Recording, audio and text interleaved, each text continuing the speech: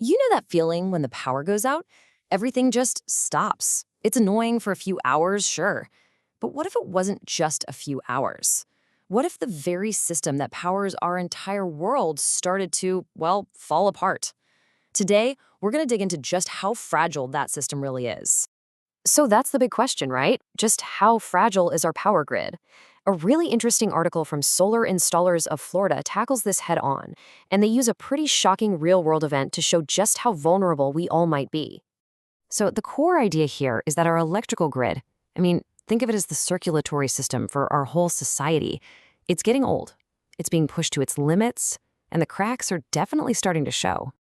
And to really hammer this point home, the article doesn't look at some hurricane zone you might expect. No, it takes us right to the heart of innovation itself, San Francisco. A city that's literally building the future with an infrastructure that's crumbling from the past. It's a real wake-up call for all of us. So, what exactly happened? Well, it was this brutal 1-2 punch. First, on December 20th, a huge fire at a key substation just knocks out a massive part of the city. Then, just a week later, another fire at a totally different transformer takes out another neighborhood. You see, these weren't just unlucky accidents. They were symptoms of a much bigger disease in the system. And the scale of that first incident, it is just mind-boggling. We are talking about 125,000 customers. That's not a street, it's not a neighborhood. That's homes, businesses, hospitals, everything plunged into darkness in an instant. And to put that number in perspective, because it's a big one, 125,000 customers is over 30% of the entire city. Think about that. A single fire at a single location managed to cripple nearly a third of San Francisco. Talk about a single point of failure. And this is where you really see the dominoes start to fall.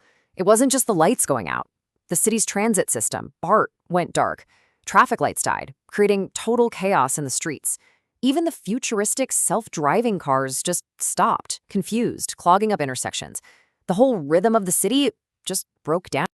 So it really begs the question, right? How can one fire cause that much chaos? Why is our system so brittle? Well, the analysis argues that this isn't just bad luck. It's a problem with the fundamental design of our power grid.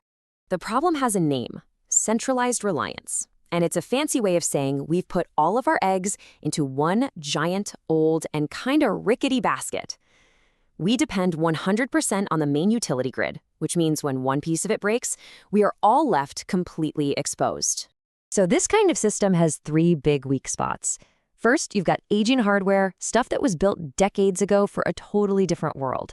Second, you have those single points of failure we just saw, where one fire can have this massive ripple effect.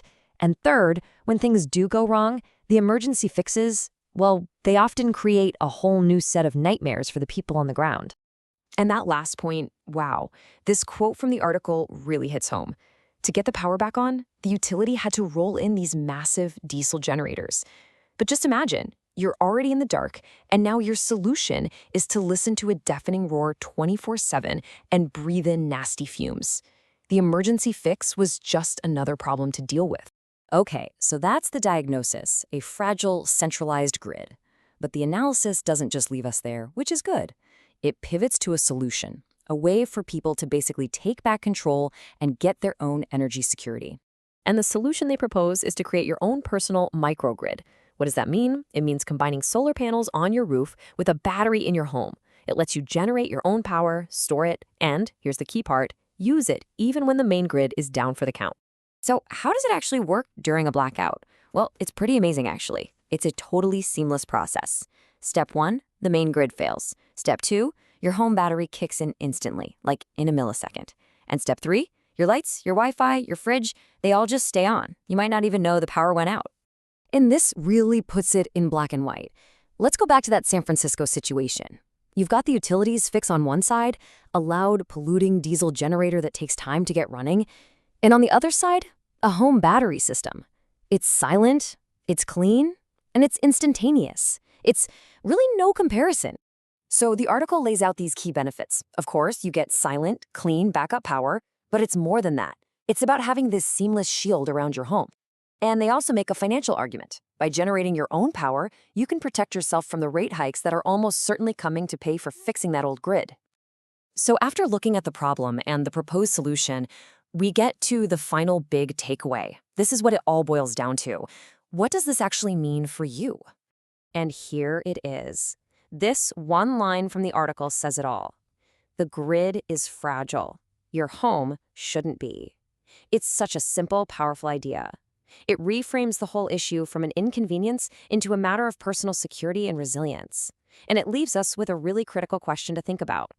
In a world with an increasingly brittle infrastructure, who is ultimately responsible for keeping your lights on?